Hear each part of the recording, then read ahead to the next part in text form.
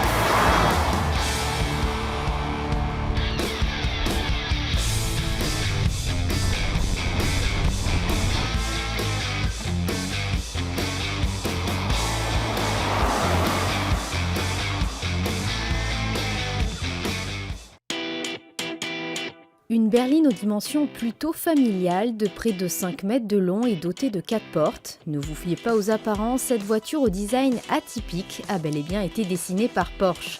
Présente sur le marché depuis 3 ans, sa forme est bien connue. Malgré les années, elle conserve des lignes originales qui ne passent pas inaperçues et qui ne font pas toujours l'unanimité. La Panamera, dont le nom a été choisi en hommage à une course mexicaine, a pour objectif de concilier la sportivité d'une GT et le confort d'une berline. Le design de la Panamera est né d'un mélange des genres. Désignée comme la première Porsche Grand Tourisme à 4 portes, son dessin est peu conventionnel, reprenant l'avant du style de la 911, l'arrière typique d'un coupé et le volume d'une berline. Certains la qualifient même d'extraterrestre. La planche de bord est très bien remplie, toutes les commandes semblent y avoir trouvé refuge. Du coup, nous avons tendance à nous imaginer dans le cockpit d'un avion de ligne. La console centrale se prolonge tout au long de l'habitacle. Les sièges baquets sont très accueillants et sachez que jusqu'à 13 teintes de cuir et 7 plaquages différents sont disponibles. Le système audio, quant à lui, dispose de 16 haut-parleurs. Le tout assure un confort de haut niveau.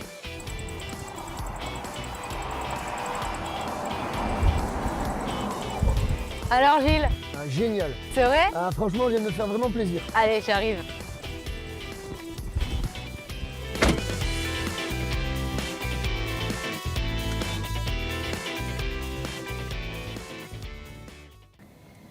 Alors Gilles, aujourd'hui c'est notre premier moteur diesel dans Asphalt, c'est vous qui avez l'honneur de le tester. 250 chevaux, plutôt bluffant. En effet, Vanessa, je trouve que ce moteur est très coupleux à bas régime.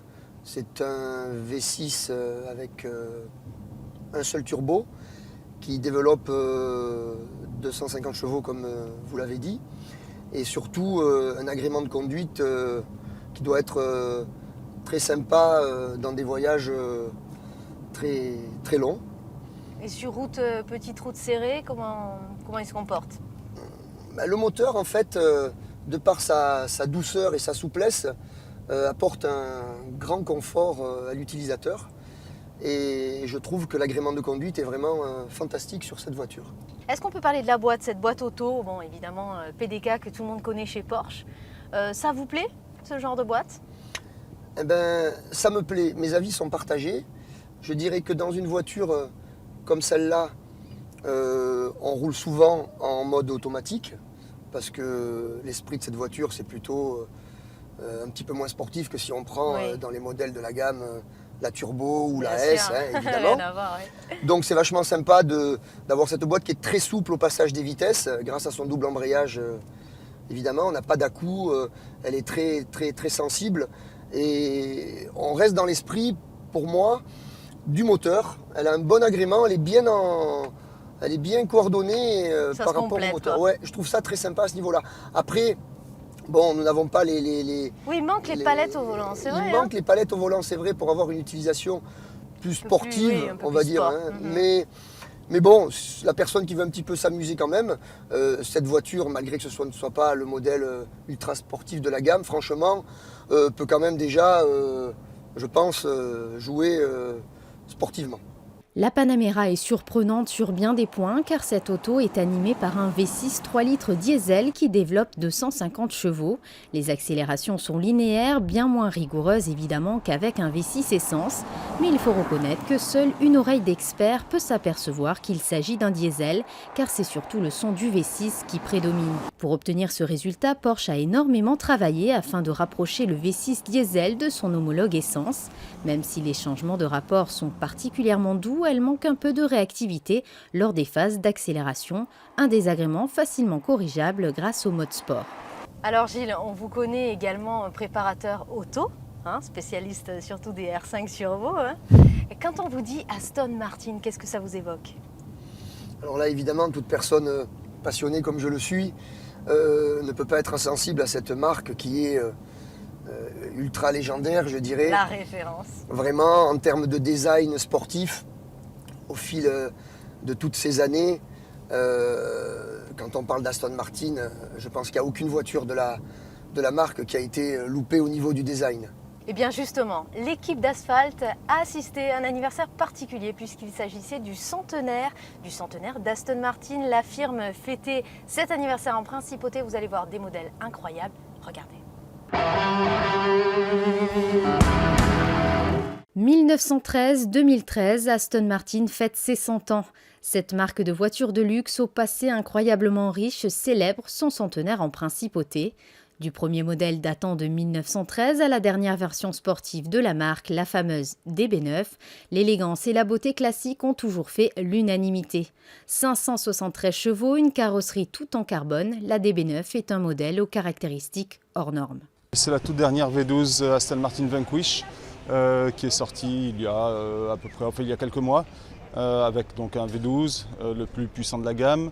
En fait, la gamme se décompose entre V8 et V12 et celle-ci évidemment le modèle le plus recherché, pas forcément le plus abouti mais le plus sportif, le plus puissant. Aston Martin devient la filiale du britannique ProDrive dès 2007. À la tête de la société, un nom pour le moins connu, David Richards. Rappelez-vous de ce copilote qui avait remporté le championnat du monde des rallyes en 1981 aux côtés du Finlandais Harri Vatanen. ProDrive fabrique à l'époque des pièces détachées pour voitures de course et participe au championnat du monde de Formule 1 en 2008.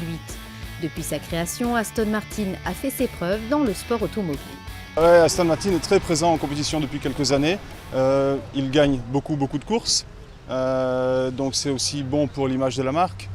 Pour l'instant, la Vanquish ne court pas en compétition. Ce sont surtout des V8 qui ont gagné beaucoup de courses ces derniers temps. C'est important pour l'image d'Aston Martin, oui, c'est important pour prouver qu'Aston Martin n'est pas seulement une belle voiture, mais c'est aussi une voiture performante. Voilà, donc Aston Martin fait également des essais sur la neige, donc sur circuit, ce qui permet de montrer aux clients ou prospects de montrer toutes les compétences de la voiture ou des voitures. Plusieurs modèles étaient présentés à l'occasion de ce centenaire, d'une des premières Aston Martin datant de 1923 aux modèles les plus récents de la marque. Sportive, luxueuse, performante et exclusive, Aston Martin, une marque qui continuera de faire rêver. De retour à bord du Panamera, toujours avec Gilles, notre pilote essayeur. Gilles, passons au comportement, une propulsion et en plus plutôt berline. Quel est votre ressenti ? En fait, Vanessa, je trouve cette voiture bien dans son esprit d'homogénéité. Ça rejoint un petit peu ce que j'ai dit tout à l'heure par rapport au comportement moteur-boîte. Je trouve que, ayant aussi essayé des modèles ultra sportifs de ce modèle de la Panamera, je trouve qu'elle est légèrement plus souple en suspension, ce qui est logique, mais elle garde quand même, pour une très grosse voiture, je la mettrai dans la catégorie des berlines évidemment, et on a même vu certains essais presse à qualifier cette voiture de limousine. Oh, ça c'est incroyable. Parce que c'est une voiture qui fait 5 mètres de long. Il faut rappeler qu'elle est 4 portes. Exactement, c'est quand même, tout à fait. un gros Donc, gabarit. Ouais. 4 portes, 5 mètres de long, 1 tonne 7 quand même, donc on est vraiment face à quand même une voiture très très conséquente. Et pourtant à l'intérieur on le ressent absolument pas. Exactement Vanessa, c'est ça. On ne le ressent pas du tout. Et étant habitué à pas mal de voitures de rallye, quand on roule avec cette voiture, même dans des petites routes comme ici, typée plutôt rallye, On n'est pas gêné par ce gabarit. On n'est pas du tout C'est gêné. incroyable. Donc c'est vrai que c'est la reine des nationales ou des autoroutes, et pourtant elle a vraiment un comportement Efficace même sur petite route. très extraordinaire, tout en gardant un côté très confortable. Et ça, c'est quand même ce que Porsche a réussi à faire avec son modèle, qui en a fait de cette voiture vraiment une référence dans le domaine. Vous l'aurez compris, côté comportement, la Panamera assure malgré ses presque 2 tonnes. Avec un si grand gabarit, une telle agilité est presque irréelle. Elle enroule les virages sans arrière-pensée, rassurée par la motricité imperturbable. Le châssis de la Panamera reste un gros atout, les changements d'appui sont bien maîtrisés, surtout en mode sport. Alors Gilles, on vous connaît actuellement cascadeur, vous êtes également champion d'Europe de trial. Est-ce que vous suivez le championnat de Formule 1 ? Ça vous plaît les circuits ? En fait, moi je suis un grand passionné par tous les sports mécaniques, que ce soit 2 roues ou 4 roues, depuis ma plus jeune enfance. Donc forcément... le dimanche, on allume sa télé. Quand le dimanche est disponible, je ne manque pas un Grand Prix avec mon fils, avec tout l'engouement qu'il y a autour de la Formule 1 depuis toutes ces années. Je trouve ça toujours magique que malgré la crise économique, malgré toutes les difficultés qu'il y a actuellement dans le monde, qu'on arrive quand même à faire rêver les gens avec le sport de haut niveau, et en l'occurrence la Formule 1. Donc je trouve que c'est quand même quelque chose qu'il faut conserver, qu'il faut garder et véhiculer cette image pour que les gens aient quand même toujours une partie de rêve et d'échappatoire par rapport à la difficulté de la vie. Eh bien, en parlant de Grand Prix de Formule 1 Asphalte, l'équipe d'Asphalte a suivi un jeune pilote monégasque qui est actuellement en championnat GP2. Nous l'avons suivi pendant son quotidien. Regardez. Rêver de devenir pilote de F1 et s'en donner tous les moyens, au-delà d'un objectif, il s'agit d'un but dans la vie de Stéphane Richelmy. Très bien entouré et avec un papa champion de France des rallyes à plusieurs reprises, ce jeune pilote monégasque ne pouvait que se diriger vers cette voie. C'est à l'âge de 12 ans que Stéphane monte dans un kart pour la première fois. Après ses premiers tours de roue, fini le tennis le mercredi après-midi. C'est décidé, sa raquette restera au placard. Stéphane commence alors la compétition dans des conditions optimales, puisqu'il pourra s'entraîner chez lui sur la piste privée que Jean-Pierre, son papa, a réalisée pour lui. Donc quand on voit ce garage, on comprend que tout a commencé ici, grâce à mon père qui est encore plus passionné que moi bientôt de tous les véhicules motorisés. Et donc en fait, quand j'avais 9-10 ans, on a fait donc la piste ici avec tous les karts électriques. Et donc peu à peu, je suis rentré là-dedans. Donc c'était logique de commencer en compétition. Encore une fois, j'ai pris goût et j'ai commencé à faire mes premières armes sur cette piste. En 2002, Stéphane fait une rencontre qui changera sa vie. Serge Lestrelin croise son chemin aux abords du circuit du Luc. Ce coach préparateur, qui a déjà lancé de grands pilotes, tels que Nico Rosberg, le prend sous son aile et l'encourage à poursuivre dans le karting. Je l'ai entraîné, on a fait quelques milliers de tours de circuit. On s'est promené dans toute la France. On a fait aussi beaucoup de routes en camion, puisqu'il allait avec moi sur les circuits le plus souvent possible, il partait avec moi tout seul. Donc là, il était tout petit. Il avait 12 ans, 12-13 ans. Donc on a quand même un rôle paternel aussi. Oui, en plus, ce qui est agréable, c'est d'avoir de la responsabilité, c'est une chose, mais ça nous a rapprochés, ça nous a on se faisait confiance mutuellement. Je veux dire que c'était après aussi les parents qui interviennent, qui vous font confiance aussi en vous laissant comme ça partir 3, 4, 5 jours en compétition. Donc tout ça crée des liens et voilà. Stéphane parcourt donc les routes et commence la compétition en participant au championnat de France FFS1 en catégorie junior. Cette période marquera un tournant dans sa vie car il enchaîne ensuite les championnats comme notamment le Rotax Max où il gagnera sa première course. Il se positionne alors comme l'un des favoris. Attentif, discret et persévérant, Stéphane impose son rythme à son entourage et tout va très vite pour lui. Ça a été assez vite, oui. Ça a été assez vite parce qu'on ne faisait pas beaucoup d'entraînement. Donc on allait surtout sur les compétitions, on avait une piste de base où on s'entraînait souvent, c'était le Luc. Et après à partir de là on partait sur les compétitions sans aller s'entraîner avant, des dizaines de jours avant. Et par son sérieux parce que ça a été quand même ça a été un pilote, un enfant aussi parce qu'il était assez discret. Il préparait ses courses sans que j'ai besoin d'intervenir. Il savait que par exemple quand il avait une difficulté sur un circuit ou quelque chose, il suffisait qu'il aille voir les autres rouler. Il savait que tout ne se faisait pas au volant, donc que la grosse partie du travail aussi se faisait à l'extérieur. Et s'il n'était pas sous la tente avec moi pendant que je travaillais sur son châssis, je savais qu'il était quelque part autour de la piste en train de regarder, d'essayer de voir comment passaient les autres et tout ça. Au-delà d'une relation pilote-coach, Stéphane et Serge nouent des liens très forts. Une grande complicité s'installe entre eux, c'est le début d'une belle amitié. C'est un des pilotes, sinon le pilote avec lequel j'ai de meilleurs souvenirs. On n'a jamais eu de moments où on a été en froid, où on s'est fâché, pas du tout. C'est vraiment été des fois on n'avait même pas besoin de se parler. C'est-à-dire qu'il suffit de se regarder, il savait ce qu'il avait à faire et réciproquement. Son assiduité et son travail payent puisqu'aujourd'hui le jeune pilote participe au championnat GP2 pour la 2e année consécutive. Un championnat décisif pour sa carrière. Stéphane en est bien conscient, il doit tout donner cette année. Mais la réglementation FIA est très stricte en GP2 car il est impossible de rouler en entraînement sur un circuit. Et comme Stéphane ne fait jamais les choses à moitié, il décide de participer au développement d'un simulateur professionnel de Formule 1 sur le port de Monaco. Le principal élément d'un simulateur comme celui-là, c'est le ressenti d'un pilote. Donc Monaco, on a de la chance, il y a plusieurs pilotes de GP2. Donc c'est pour ça que j'ai participé un peu au développement de ce simulateur en faisant beaucoup de roulage, donc en leur disant tout simplement le volant un peu plus dur, les pédales c'est pas ça le ressenti, et puis après pour le réglage de la voiture. Comme ça après pour nous pilotes de GP2, quand on rentre dans le simulateur, on a les sensations les plus proches possibles de la vraie voiture. On a commencé en janvier, donc plusieurs fois par semaine, je venais, je passais 2-3 heures. Après, moi, je connais très bien la voiture parce que bon, c'est déjà ma 2e année, donc j'ai pas beaucoup besoin de rouler. Il fallait juste, je montais dans la voiture et puis vite, ils allaient changer derrière.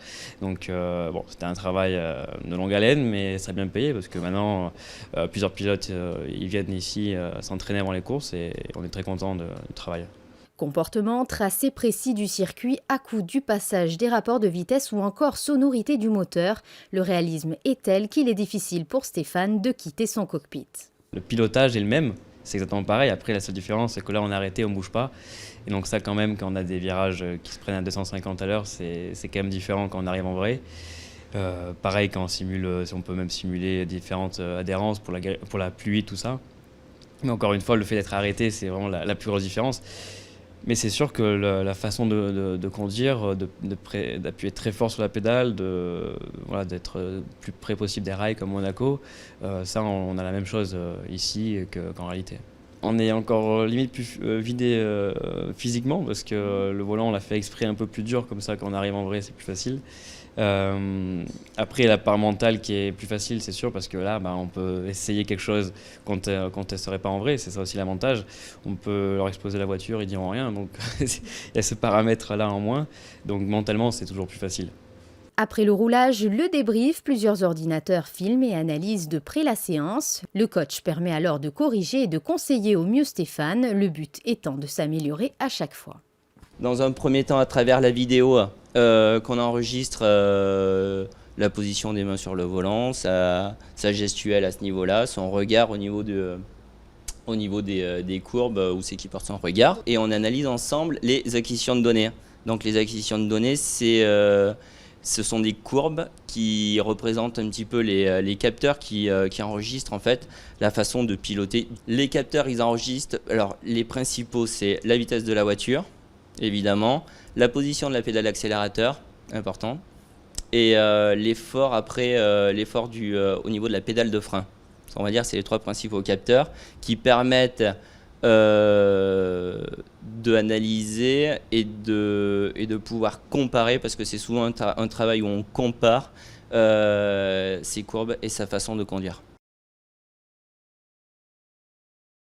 Entre deux courses, Stéphane aime se détendre chez lui, mais impossible de laisser les voitures de côté. À ses heures perdues, il enfourche un quad pour de nouvelles sensations. Après l'amusement, retour aux efforts, Stéphane suit un entraînement physique très particulier. Un coach sportif veille à ce que le pilote reste endurant tout au long de l'année. Et oui, contrairement aux a priori, le sport auto est très physique. À noter surtout que les monoplaces en GP2 ne sont pas dotées de direction assistée.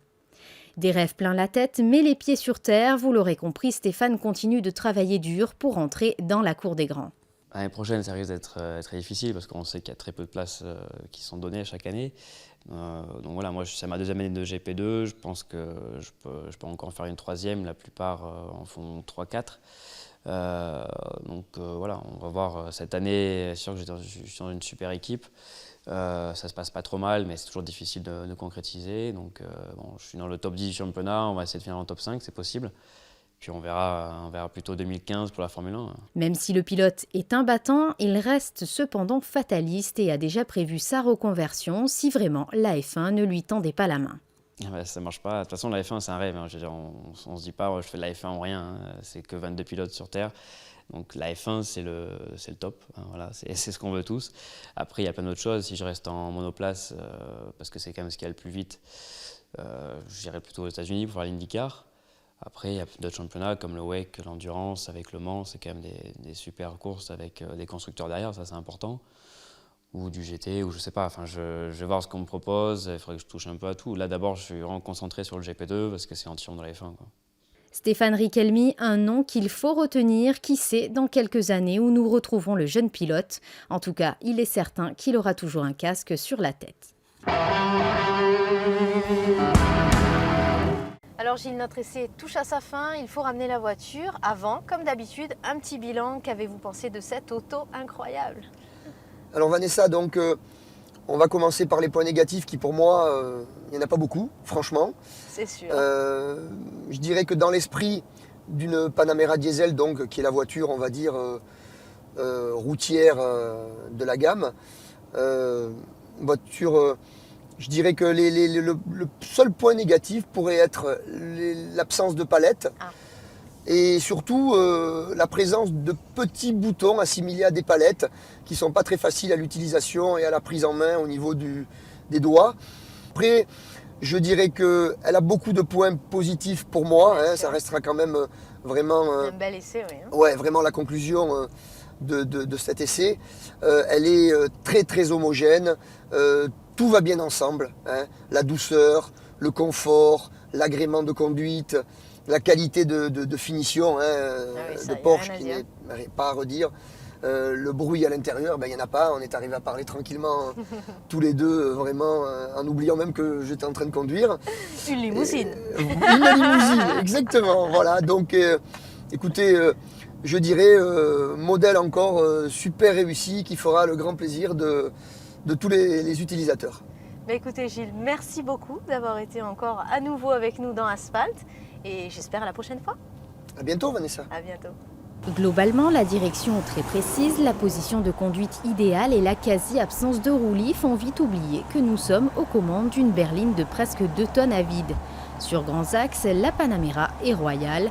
Elle offre une nouvelle manière de vivre le grand tourisme avec des agréments, des performances et du dynamisme authentique. Pour obtenir un tel résultat sans vraiment le chercher avec une berline, c'était tout simplement inimaginable il y a quelques années encore. Voilà ce qui ressort de cette Panamera, en un sens, une réussite. Asphalt, c'est déjà terminé. Je vous dis à la prochaine pour découvrir toute l'actualité automobile. À très vite.